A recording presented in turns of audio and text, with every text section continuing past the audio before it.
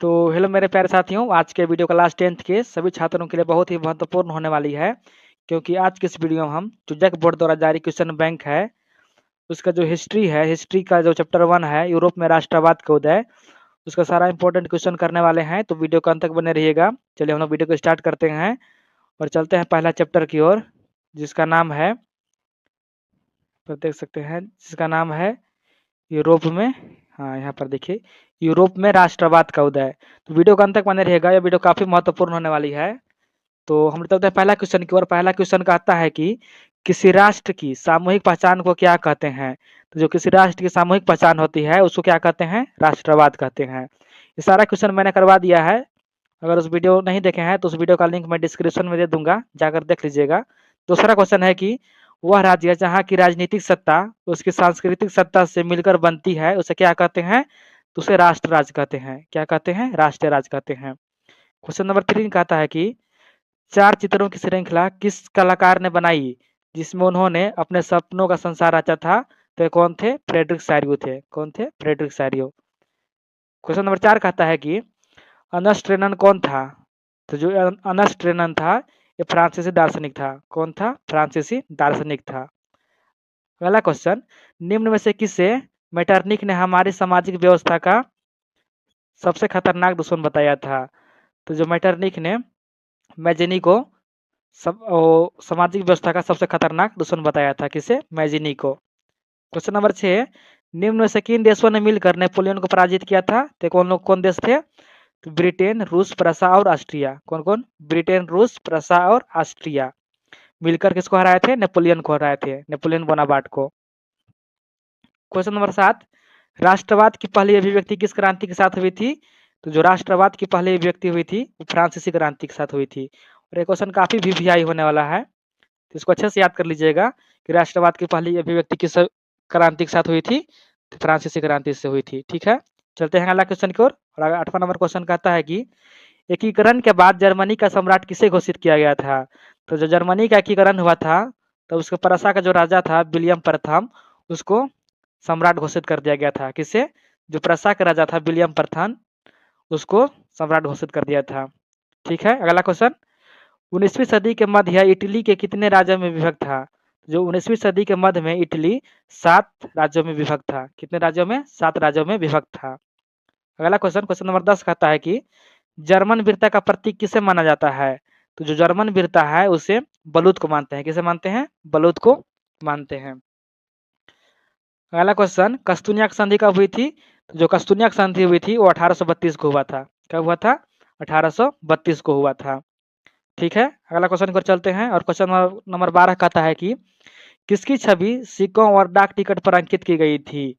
तो जो मारियान था उसका जो चित्र था, उसका चित्र सिक्का और जो डाक टिकट थी उस पर छापा गया था। किसका, मारियान का चित्र।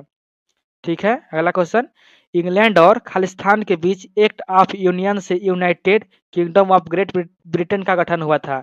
किसके बीच हुआ था, जो स्कॉटलैंड है उसकी, स्कॉटलैंड और इंग्लैंड के बीच जो एक्ट ऑफ यूनियन से United kingdom of great Britain का गठन हुआ था। किससे, स्कॉटलैंड और इंग्लैंड से। ठीक है, अगला क्वेश्चन, क्वेश्चन नंबर 14 कहता है कि जर्मनी के एकीकरण में प्रमुख भूमिका निभाने वाले बिस्मारक कहाँ का चांसलर था। तो जो बिस्मारक था वो प्रसा का था। कहाँ का था, प्रसा का चांसलर था। ठीक है, क्वेश्चन नंबर 15 कहता है कि राष्ट्रवाद में एक निश्चित भौगोलिक क्षेत्र में रहने वाली जनता इनमें से किसके द्वारा जुड़ी होती है। समान संस्कृति से जुड़ी होती है, समान इतिहास से, भाषा और लोक परंपरा, इन सभी से जो राष्ट्रवाद में एक निश्चित भौगोलिक क्षेत्र में रहता है, जो वहाँ की जनता लोग होता है, समान संस्कृति से, समान इतिहास से, भाषा और लोक परंपरा से, इनमें से सभी से आपस में क्या होता है, जुड़ा हुआ होता है। ठीक है, अगला क्वेश्चन 16 नंबर कहता है कि बुर्बो राजवंश का शासन किस देश में था। तो जो बुर्बो राजवंश था उसका शासन फ्रांस में था। कहाँ पर था, फ्रांस देश में बुर्बो राजवंश का शासन था। ठीक है, अगला क्वेश्चन कहता है कि वह विचारधारा जो स्त्री पुरुष की सामाजिक, आर्थिक एवं राजनीतिक समानता पर आधारित हो उसे क्या कहते हैं, तो उसे नारीवाद कहते हैं। क्या कहते हैं, नारीवाद कहते हैं। ठीक है, क्वेश्चन नंबर 18 कहता है कि मार्सिले किस देश की राष्ट्रीय भक्ति गीत है। तो जो मार्सिले है वो फ्रांस की राष्ट्रीय गीत है। किसका है, फ्रांस का। और ये भी क्वेश्चन काफ़ी वीवीआई होने वाला है, तो इसको भी अच्छे से याद कर लीजिएगा और वीवीआई मारकर कहीं पर आप लोग लिख लीजिएगा कि मार्सिले किस देश का राष्ट्रीय गीत है। ठीक है।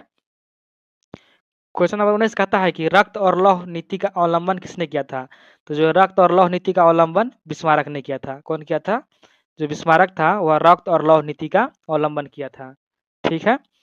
अगला क्वेश्चन 20 नंबर कहता है कि फ्रांस की क्रांति का अग्रदूत किसे कहा जाता है? तो जो फ्रांस की क्रांति का जो अग्रदूत है वो किसको कहते हैं? तो रूसो को कहते हैं। किसे कहते हैं? रूसो को कहते हैं। जो फ्रांस की क्रांति हुआ था वो महत्वपूर्ण भूमिका कौन निभाया था? वो रूसो ही निभाया था, रूसो ने निभाया था। इसलिए उसे क्या कहते हैं? अग्रदूत कहते हैं। क्वेश्चन नंबर 21 कहता है कि यंग इटली और यंग यूरोप नामक दो भूमिगत संगठनों की स्थापना किसने की थी? तो जो यंग इटली और यंग यूरोप है दो पत्रिका वो जो दो संगठन था उसका स्थापना कौन किया था? मैजिनी ने किया था। कौन किया था? मैजिनी किया था। ठीक है। क्वेश्चन नंबर 22 कहता है कि वियना की संधि कब हुई थी? तो जो वियना की संधि हुई थी वो 1815 को हुआ था। कब हुआ था? 1815 को। क्वेश्चन नंबर 23 कहता है कि जब फ्रांस सीखता है तो बाकी यूरोप को सर्दी जुकाम हो जाता है, यह किसका कथन है? क्या कह रहा है? जब फ्रांस सीखता है तो बाकी यूरोप को क्या हो जाता है? सर्दी जुकाम हो जाता है। किसका कथन है? तो मैटरनिख का है। किसका है? मैटरनिख का। ठीक है। क्या जबरदस्त रखा है अपना डायलॉग।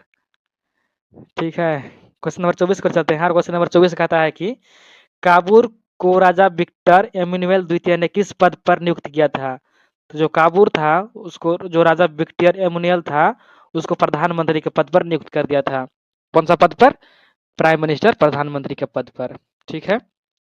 अगला क्वेश्चन है कि 1871 के बाद यूरोप में राष्ट्रवादी तनाव का एक गंभीर स्रोत था।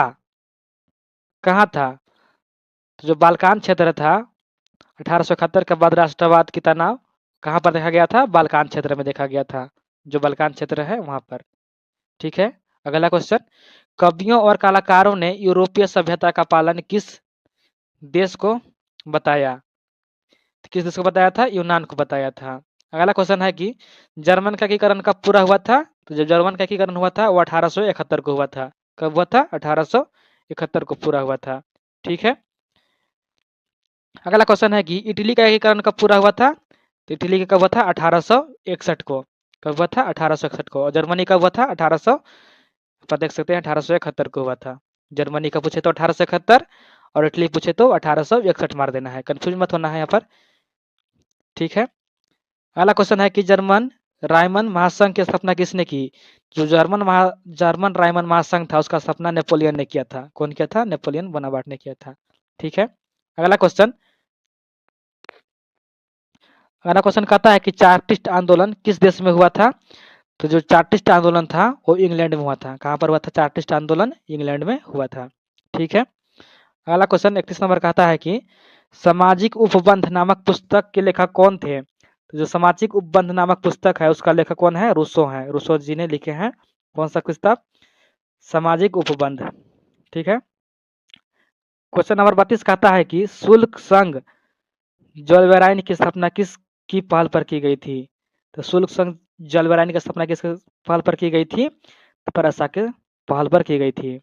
ठीक है। क्वेश्चन नंबर 33 कहता है कि बिस्मारक जर्मनी का चांसलर कब बना?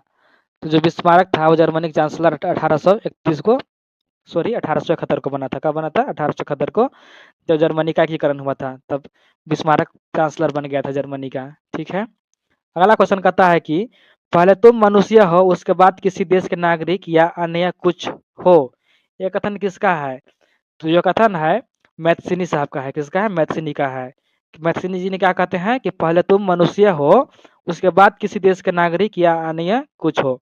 बिल्कुल सही ने मैथ्सिनी जी ने कहा है कि पहले आप एक मनुष्य हैं उसके बाद किसी देश का नागरिक है या कुछ भी चीज है। तो दोस्तों ये रहे आज के कुछ इंपॉर्टेंट क्वेश्चन। अगर वीडियो पसंद आया हो तो वीडियो को लाइक करके चैनल को सब्सक्राइब कर लीजिएगा। फिर मिलते हैं एक नई वीडियो के साथ, तब तक के लिए धन्यवाद।